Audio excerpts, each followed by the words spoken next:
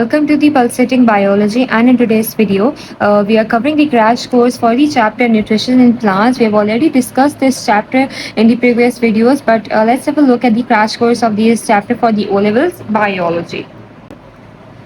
Well, in the nutrition in plants, the first thing that we need to learn is the process of photosynthesis. The process of photosynthesis is a very important reaction that takes place in a plant in order to produce a food. So it consists of two words that means photo and the synthesis apparently. So the photo means light and the synthesis means to synthesize, that means to make. So whenever the process of food is being in process in the plant, we say that the process of photosynthesis is taking place. In this process, there's a conversion of energy, that is the light energy is converted into the chemical energy, which in turns give us the food for the plant. When you talk about photosynthesis in more detail, we get to learn that it is an anabolic process, as I've already discussed this before. When it comes to anabolic process, you first need to learn that what is a metabolic reaction.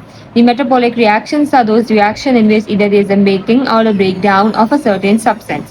When you talk about anabolic and metabolic reactions, anabolic means whenever there is a minor molecule joining up together to make a macromolecule. But when you talk about catabolic reaction, in this reaction, the macromolecule is being broken down into two or more smaller molecules. So catabolic is a breakdown, while the anabolic is the making of any substance. So this is the difference between catabolic and anabolic. We term photosynthesis as anabolic process because in the process of photosynthesis, what we gain and what is the macromolecule we have is the glucose. Glucose is the macromolecule that is being produced in the photosynthesis. So in photosynthesis, there are some requirements that includes light, chlorophyll, carbon dioxide, and the water. In the presence of these four constituents, the photosynthesis is able to be taken place. Other than that, they usually affect the process of photosynthesis. Either they are slow down the photosynthesis or either they speeds up the photosynthesis. Also, oxygen that is produced in the photosynthesis along with the glucose as a product is basically the byproduct, which is used for several processes. Let's have a look on the kinds of the photosynthetic processes. The first kind is the light dependent reaction. When you talk about the light dependent reaction, it means that all of the reactions occurs in the presence of sunlight. The light is required for this light dependent reaction, as the reaction says itself. In this reaction, basically there is a conversion of energy. The solar energy is converted into the chemical energy, and as a result of this light dependent reaction, we say the two carriers are produced, that one is the ATP and the other is the NADP. These are the two important products that are produced as a result of the light dependent reaction. In the light dependent reaction, another important step that takes place is the hydrolysis. Hydrolysis means that whenever there is a water of hydrate compound, that is the breakdown of water molecule, we say that the two hydrogen molecules along with the two electron and one molecule of the oxygen, the hydrogen is broken down. As a result of which we say that there is a hydrolysis of water and we gain two electron carriers as a separate along with the hydrogen and the oxygen molecule. Alright, this is all about the light dependent reaction. Let's have a look on the light independent reaction. As the word says itself, that the light independent reaction does not involve the light directly, but it does not mean that it takes place at the night.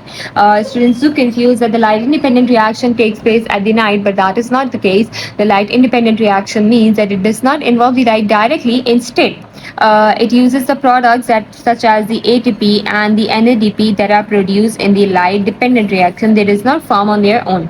The light independent reaction is also termed as the dark reaction. In the light independent reaction, similarly as the light independent reaction says for the hydrolysis, the dark reaction says for the breakdown of carbon dioxide.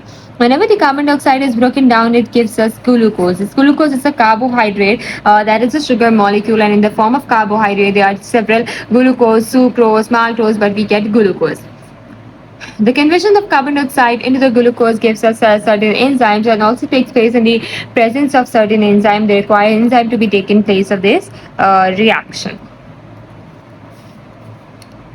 Next, we are going to learn the importance of photosynthesis. Basically, the photosynthesis is a process about the conversion of energy. Right? The solar energy is converted into chemical energy, which in turn gives us the sugar, that is the food content for the plant. But when we talk about the several importance of photosynthesis, we include that it traps the solar energy, it provides the energy for the plant to basically photosynthesis to occur in that region. Then it is also included in the coal formation, and it also purifies oxygen by giving out carbon dioxide or by giving out oxygen and taking in the carbon dioxide. So these are the four important steps that are taking place when it comes to the importance of photosynthesis, that it traps the solar energy, provides further energy, it helps in the coal formation, and also purifies the environment. Let's have a look at the limiting factors that includes the nutrition in plants about the photosynthesis. So I've already told you guys that the carbon dioxide, light intensity, temperature, and the fate of glucose are very important when it comes to the importance of photosynthesis, and they include a major quantity of them in the in that process. So when it comes to limiting factors, we need to learn that how the relation of these each constituent is with the photosynthesis. When we talk about the carbon dioxide is very directly proportional with the photosynthesis. Whenever there is increasement in the content of photosynthesis, the photosynthesis process also increases. But if there is any decrease, the photosynthesis also slows down. Yeah, similar is the case with the light intensity. Whenever there is more amount of the light that is being thrown on by the sun, the more amount of conversion will take place. Thus, there will be more amount of photosynthesis. And therefore, we say that the light intensity has a direct relation with the photosynthesis. The third point is about the temperature. Now, temperature is a very confusing point when it comes to the photosynthesis. Whenever the temperature increases, that means that there is more amount of humidity in the environment. The photosynthesis also increases. The stomata opens up and it allows the conversion of energy. So the temperature we say is also directly proportional. The carbon dioxide, light intensity, and the temperature, three of them are directly proportional with the photosynthesis. But when you talk about the fate of glucose, this is the end product that we get as a result of photosynthesis.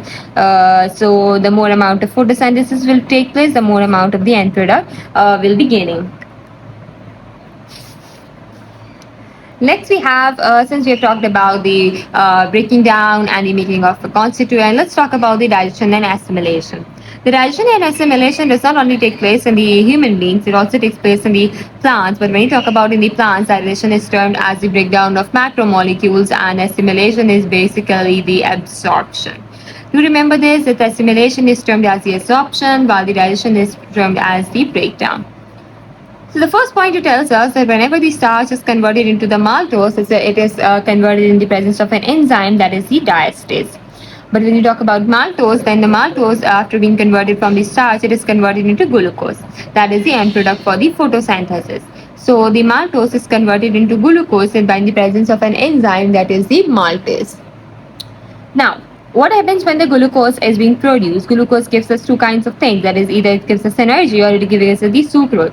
When we talk about sucrose in the form of glucose, glucose converts itself into the sucrose in order to be stored in the body. So sucrose is basically termed as the storage body or the storage tank that allows the glucose to be stored in the plant body, or either it can provide glucose for the respiration process.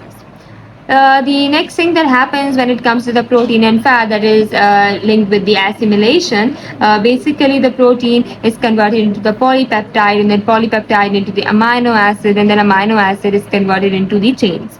Those chains are, all of these things occur in the presence of an active enzyme, that is the pepsin. Pepsin is an inactive form and it is converted into the active form in the presence of another enzyme, which is the pepsinogen.